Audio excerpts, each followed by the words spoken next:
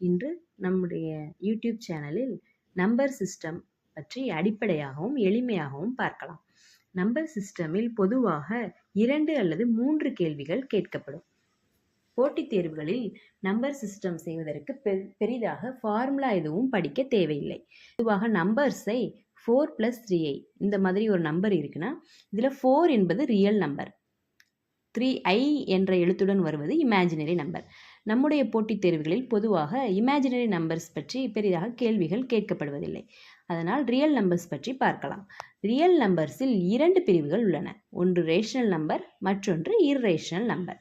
Rational number என்பது ஒரு பின்னமாகவோ ஒரு முடிவுறும் ஒரு நம்பர் என்று கூறலாம். இர்ரேஷனல் நம்பர் என்பது ஒரு நம்பரை நாம் முழுமையாக வரையறுக்க முடியாது.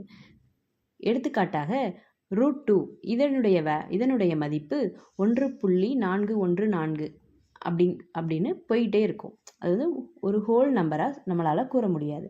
அடுத்து ரேஷனல் நம்பர். ரேஷனல் நம்பரில் 2 பிரிவுகள் உள்ளன. ஒன்று இன்டிஜர் நம்பர், மற்றொன்று ஃப்ராக்ஷன். இன்டிஜர் பொதுவாக 1லிருந்து எல்லா எண்களும் மற்ற எண்கள் எல்லாம் இருக்கும். இன்டிஜரில் 3 பிரிவுகள் உள்ளன.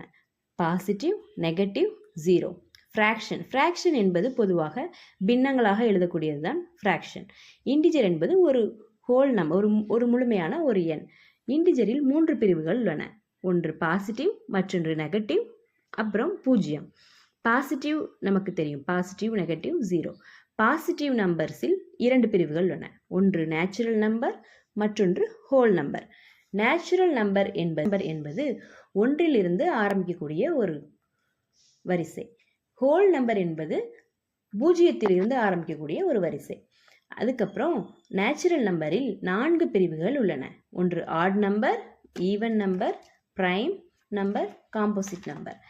ஆட் நம்பர் நமக்கு தெரியும், 1, 3, 5, 7 இந்த மாதிரி ஒற்றைப்படை எண்கள் ஆட் நம்பர்.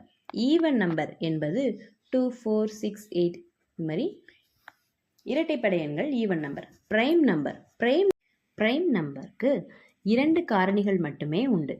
எடுத்துக்காட்டாக 3 என்ற நம்பருக்கு 1, 3 இந்த 2 எண்கள் மட்டுமே காரணிகள். 5 என்ற எண்ணிற்கு 1, 5 இந்த 2 காரணிகள் மட்டுமே உண்டு. இதுதான் பிரைம் நம்பர்.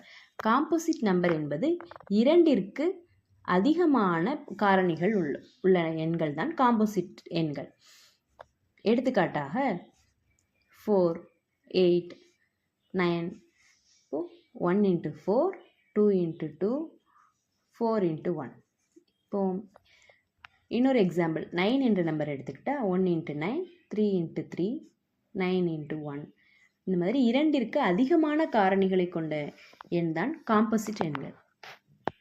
நண்பர்களே, இன்று நம்பர் சிஸ்டம் பற்றி எளிமையாக அடிப்படையான விஷயங்களை பார்த்தோம். அடுத்த வீடியோவில் போட்டித் தேர்வுக்கு கேட்கப்படும் கேள்விகள் ஒவ்வொரு டாப்பிக்காக கொடுக்கப்படும். நண்பர்களே, உங்களுக்கு இந்த வீடியோ பயனுள்ளதாக இருந்தால் சப்ஸ்கிரைப் செய்து நண்பர்களுடன் பகிருங்கள். நன்றி.